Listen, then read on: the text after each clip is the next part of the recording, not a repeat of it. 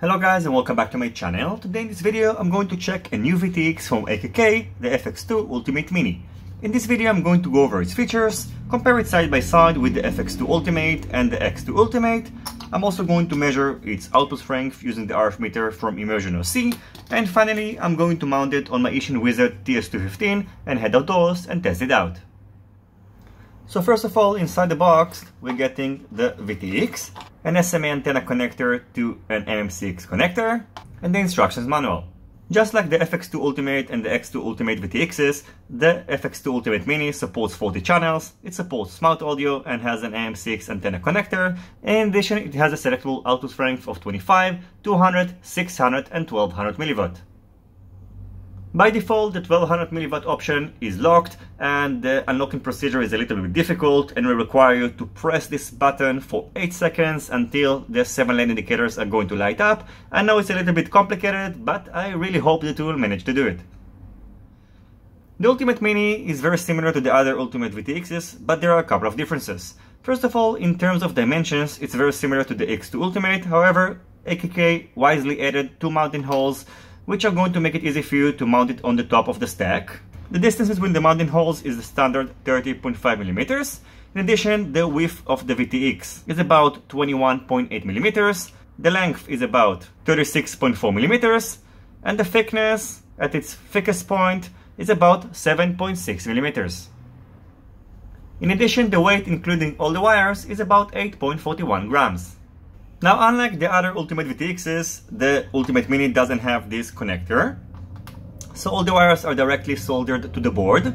On the top we can find the smart audio, then we have a 12 volt output, 5 volt output, then the ground, the video in, another ground, and finally the input voltage. And just like the other Ultimate VTXs, the support voltage is between 7 to 26 volts.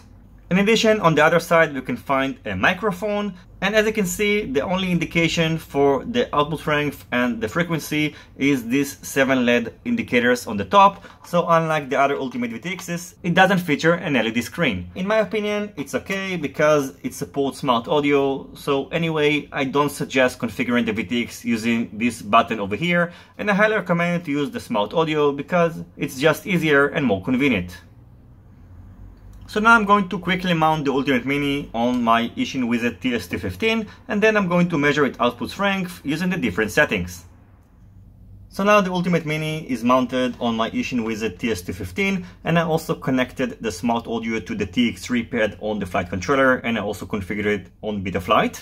Accessing the menu of the VTX is done by putting the throttle on its neutral position, tilting the yaw to the left, and pushing the pitch to the top, and now we can see the menu. Then we can go to features, select the option by tilting the roll to the right. We can go to VTX SA, which stands for Smart Audio. Then we can set the band, the channel, and we can see the frequency. And you can see that now the power is set to 25 milliwatt. And as you can see, the measured output strength is about 28 milliwatt. Let's check the temperature. And the temperature is about 38.3 degrees Celsius, which is 100.9 degrees Fahrenheit. Now let's put the VTX on 200 milliwatt, and you can see that now the measured output strength is about 180 milliwatts, and the temperature is about 41.4 degrees Celsius, which is 106.5 degrees Fahrenheit.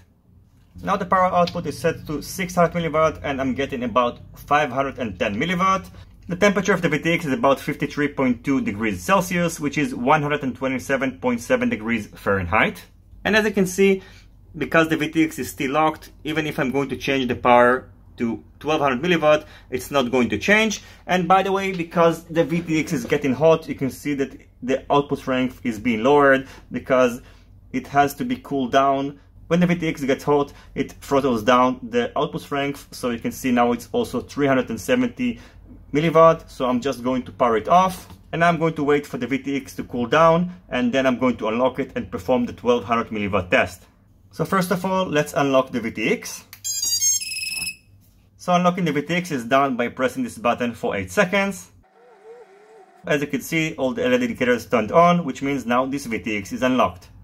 So now I'm going to test the 1200 milliwatt setting. For that, I've connected this 10 dB attenuator because the maximum supported output strength for the RF meter from Immersion OC is 1 watt. So as you can see, under the settings, I've configured this 10 dB attenuator. Now there's another thing that you should know about this VTX. I've just discovered it, and I'm afraid to tell you that each time that you will need to enable the 1200 milliwatt mode, you will need to unlock the VTX. I just didn't understand why it's not working correctly, and I found out the hard way that you will need to press it for 8 seconds each time that you will want to enable this mode. It's not the end of the world, but it's not as convenient as I thought it would be. So let's power on the quadcopter. Now I'm going to unlock the VTX by pressing it for 8 seconds. Now it's unlocked. And now let's set it to 1200 milliwatt. So under power, I'm going to set it to 800 milliwatt. And as you can see, the readout on the imaginary CRF meter is about 1.1 watt. So that's great. Let's measure the temperature. And it's actually not as hot as I thought it would be. I'm getting about 50 degrees Celsius, which is about 123.2 degrees Fahrenheit. You can see that even though it throttles down because it's getting hot, I'm still getting a good readout of about 1 watt. So this is actually pretty great. So the next thing I'm going to do is to head outdoors and test the AKK Ultimate-mini using the different output settings. As you can see, I'm using the Foxeer Lollipop antenna, and I hope you will enjoy the rest of this video. As always, if you have any questions about the product that I've used, feel free to ask it in the comments section down below. Don't forget to leave a thumbs up if you like this video, and consider subscribing to my channel and hitting the notification bell if you're not already subscribed. See you in my next videos, and goodbye.